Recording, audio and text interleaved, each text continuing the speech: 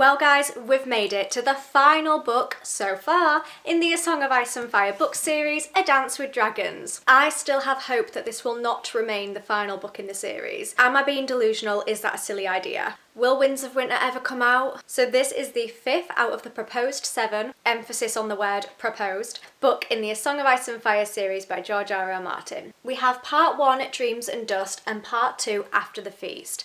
Also, how beautiful is that name for a book? Dreams and Dust. That's gorgeous. Ugh, I'm such a girl. I rated these books a 4 and a 5 stars. I don't rate a book 5 stars very often, but this one, part 2, was a 5 stars for me. Which means overall, the whole book, A Dance with Dragons, would be about a 4.5 stars, which is obviously a very high rating. This is out of 5, by the way, that's my metric. So obviously, I think that this is a very strong book. That is pretty decent. But let's get our snorkels on and dive a little bit deeper into this. Here is my review. I hope you enjoy it. Let's talk about this book. Just as an FYI, there will be spoilers in this video. I want to talk about it. I ain't holding anything back. And this is also a review coming from somebody who has never watched the Game of Thrones TV show. I also have reviews for all the other books in the series, so I will leave those in the description box. I also have a pounding headache, so let's see how long I can film this video for before I collapse. Initial thoughts and feelings. I loved this book so much. And it was so moving. I felt emotionally impacted from it. That might have something to do with the fact that it was the final one in the series so far. So when I finished reading it and it hit me that I can't read another one, that hurt. I felt a bit crushed by it, I'm not gonna lie. However, that being said, although I loved this book, I don't feel like there was a huge climax or a huge point of tension in it. There's no like big main scene. Everything did feel very powerful, everything felt very important. Nothing was boring, but I don't feel like there was like a huge explosive moment. I was really pleased because I felt like Daenerys Targaryen's storyline really picked up in this book. After I feel like she has been quite boring for the past few books. Brilliant character, one of my favourite characters for some reason. Although her ending was a little bit weird because there's literally just a chapter of her pooping in a field. I also loved Arya's storylines. She only had 3 chapters in the previous book, A Feast for Crows, which I didn't enjoy. I don't like the fact that she was just trickled in there, had 3 chapters and they didn't progress anywhere. Whereas in these parts, I feel like they massively progressed her storyline and I was so happy about that. I loved Tyrion's adventures and what he goes on. His storylines take a drastic turn in these books. Ugh, it was just great. There's a lot of unfinished storylines because the series is unfinished. Nothing has tied together. And to be honest, I don't think anything will ever tie together or come to a close because with every passing day, I am losing faith that there will be another book released in this series. I have to be okay with that. We have to accept it. It's fine. So the first part of A Dance with Dragons takes place chronologically alongside the events of Feast for Crows. So Feast for Crows was split in terms of point of view characters, and this one has the remaining point of view characters that were not mentioned in A Feast for Crows. I don't like how they split the characters, I'm not gonna lie. I mentioned this in my Feast for Crows review. I don't like that one book features half the characters, this book features the rest. I wasn't a fan of that personally, didn't work for me. However, in part 2, this book takes place after the events of where this one and Feast left off. I still don't really get why he split the narrative. Who knows, it's George R.R. Martin, he can do whatever the heck he wants to. So we'll talk a little bit about Stannis, Melisandre, my favourite man Davos Seaworth. I'm collectively discussing these characters because their storylines are very interlinked and I also don't feel like they massively progress that much in Dance with Dragons. Stannis is at the wall and he helps to repel an invasion from the wildlings. He executes Mance Rayder, who is the leader of the wildlings. So Mance Rayder is dead, or so we think at the time. He does a Catelyn on it and kind of comes back later on. And then he marches south to seek support to claim the Iron Throne. Something like that. Stannis is off doing his own thing. Melisandre does stay at the wall though, surprisingly. I wasn't expecting her to. I thought she would go wherever Stannis goes or Stannis would go wherever she goes. We do get a little bit more from Davos Seaworth, but I do feel like his storyline got left to the sidelines a little bit. It's not really picked up that much, but I feel like there is some foreshadowing in Dance that will be picked back up if the next book is ever released, which I hope it is, because I love Davos Seaworth so much. My little onion knight, and I do love onions. Let's talk about Jon Snow because I love him so much. He is the newly elected Lord Commander of the Night's Watch. Big up, Jon. And he is preparing defence against the others. Still don't know what they are. He negotiates with the new wildling leader, which is Tormund's Giantsbane? I just googled it. Tormund Giantsbane. I was close. To let the wildlings past the wall so that they can offer their assistance. Now, obviously, there is some disruption and disagreement amongst the Brothers of the Night's Watch. They're not too happy that Jon's just let the wildlings through the wall. But Jon is Jon. Everything that he does come from a good place. He has a reason and a motive for everything that he does, and they are valid reasons. Melisandre messes with Jon's head and says that Arya is in trouble. I mentioned in my previous review that there are so many hints that you think the Starks are going to get back together again, that they're going to be reunited. It's a similar thing in Dance where Jon feels like he's going to be reunited with Arya, and you can see a little bit of hope spark from that. And then he finds out it's not Arya at all, and then his hopes and dreams are crushed, just like mine. We do get some conflict with Ramsay Bolton, possibly the worst man to ever exist. It's one of those times where I'm so happy that this is a fictional story so that that man does not actually exist. Jon is intent on marching to him, but again, the Night's Watch are not very happy with that because it kind of breaks their oath to be neutral. And the book ends with Jon, my favourite character, being stabbed. Now, I don't know whether or not Jon is going to survive from that. I've not watched the TV show. I know that he obviously does survive in the TV show, but because I have not watched that, to me, he hasn't survived. I will be writing a very strongly worded complaint letter to George R.R. Martin if Jon Snow dies, and then George will automatically throw it in the trash. So that hurt me physically. I'm going to touch upon Bran ever so slightly, but let's be honest, he does not do much. Bran travels north of the wall. He meets with the last Green Seer, where Bran learns new abilities. We know already that he is a warg, but now he is able to see the past and the present through the eyes of the Weirwood tree, which I think was really cool, and he could start to communicate through the trees. It's such a shame that there wasn't much progression with that storyline, because every time I read a chapter by Bran, I was like, ooh, that's really interesting. Bran's abilities are always something that has fascinated me, and I just want to learn more about it, but obviously that information does not exist yet. But yeah, I just thought that was really cool that he could do that. We gotta talk about another one of my favourite characters, Tyrion Lannister. As always, his chapters are so funny, so witty. He's got such a funny perspective to read from. But I do feel like he has changed a lot, especially since he murdered his father in one of the previous books. So Tyrion is smuggled out of Westeros and travels south to meet with Daenerys Targaryen. Now, this is the part where I like that Daenerys' storylines are now integrated with the rest of the book.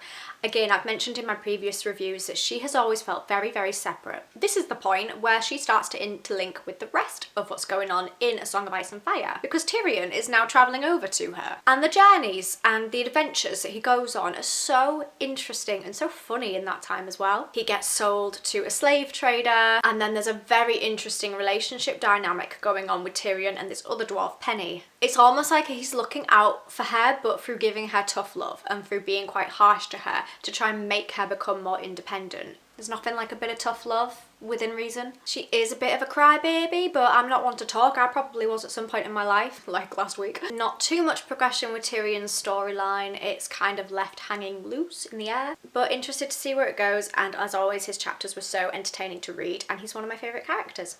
Speaking of another one of my favourite characters, we've got good old Arya Stark. Good young Arya Stark. We mustn't forget she is such a young child, but she's so badass. So she is now in a guild of assassins in Bravos. She completes a number of really interesting tasks and is then declared an apprentice. And she is able to continue her training as an assassin. She is a very independent character. She always has been. She's got such a feisty nature and spirit. However, she is just on the cusp of starting to feel very far removed. Like how I felt about Daenerys' storylines, Arya is just on the cusp of starting to feel like she's not integrated with the rest of anything that's going on. So I would like to see how she is going to be integrated back into the main storylines. But that being said, her chapters are again still very, very interesting, and it feels so fitting, like the storyline and the path that she's followed, it feels very fitting for her character. I've touched upon Daenerys a little bit, so let's talk about her a bit more.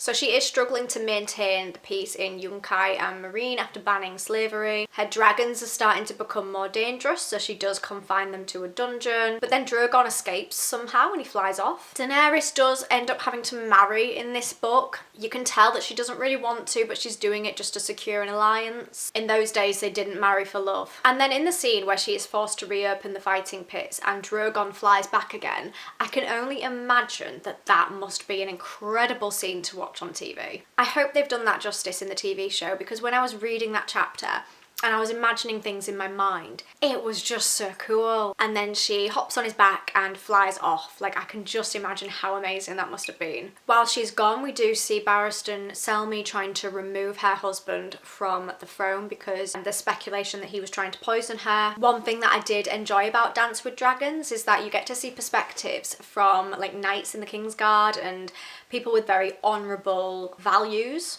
It's really insightful to see how much being a knight means to these people and the loyalty that they're trying to uphold. We don't truly understand how much it means to be a knight until we read their point of view chapters, and I really value that. I'm not gonna lie, it is a little bit annoying that Daenerys does not once go to Westeros. It's like she's doing everything she can to go against what the universe is telling her to do. But she is only young and she does make silly decisions because she is only a young girl with a lot of responsibility. And then we have that chapter of her pooping in a field. So karma does hit Theon Prick Greyjoy as he is a prisoner of the Boltons and is completely tortured. I don't like him, but nobody deserves what he went through. One thing that I absolutely love about Theon's chapters is how they start off from the point of view of Reek. He's been tortured so much that he doesn't remember who he is anymore. And I absolutely love that when Theon's chapters start off, you don't know it's Theon. I was reading the chapter from the point of view of Reek, thinking, who is this? It's clearly somebody who has been psychologically and physically tortured. And it actually wasn't until I'd read that first full chapter of Reek that it started clocking into place that it could be Theon, and then it is later confirmed that it is. But I love the speculation that you don't actually know who it is. I never liked Theon right from the first Game of Thrones book. I detested him. So I did actually feel a little bit of justice when I saw what happened to him. However, he still didn't deserve quite that much torture. I just think it is such a skill for George R.R. Martin to write the point of view chapters from the identity of Reek, but you can still kind of work out who it is just from the way that they're describing things and the way that their perspective is. And I mentioned in my previous review in Feast for Crows that Martin also did this really, really well with Sansa when she's writing from the point of view of Elaine. I just think it's such a skill that it's not confusing that he does that, an asset to the writing world. Again, just displays how talented of an author this bloke is. Theon's internal monologue does change. You know he has been affected and impacted, and he just doesn't know who he is anymore. Ramsay Bolton is definitely the most evil person in this entire series in the world. Reek, reek. It rhymes with leak. In this book, we get a little bit more from Jaime and Brienne of Tarth. Not too much though. Cersei has been arrested. She confesses to some lesser crimes. There's a very powerful chapter where Cersei has to walk through the city naked whilst people are throwing things at her and insulting her, basically humiliating her. That was very moving, actually, and justice was served a little bit. That walk of shame chapter was extremely well written. And I do hate this woman, but you have to give her credit for the way that she took it in her stride. She still walked through it with confidence and tried to keep her head held high, even though there is no doubt that that will have impacted her. And I hate myself for saying this, but her perspectives in that moment are pretty admirable. And then a very interesting plot point for Dance with Dragons is the revelation that young Aegon Targaryen isn't actually dead, even though it was presumed that he was. That storyline does not progress much further. We learn that he is alive and then that's pretty much it. But I do feel like that is setting up the foundations for that storyline to progress even further. Correct me if I'm wrong, but I've been told that that's not included at all in the TV show. But I do feel like that is going to be a very big plot point in the future books. Like, I think that's a massive revelation. It's literally a case of now there's somebody else who can claim the Iron Throne, and this is what the whole purpose of this series is. You know, it's a Game of Thrones. It's a clash of kings. They are all battling for the Iron Throne, and now here's another person who could be in line for it. I think that's a huge storyline. The revelation was really cool because he poses as young Griff, and it was something that I wasn't expecting. Like, that was a plot twist. However, my only gripe with this storyline is that I do wish there was reference to Aegon Targaryen being dead prior to that, because then I feel like it would have had more of an impact. Like, if it was trickled in throughout the books, maybe just mentioned once or something in each book. It was just kind of like, it was revealed that he was alive and I was a bit like, oh right, that's cool, because I didn't really know much about him.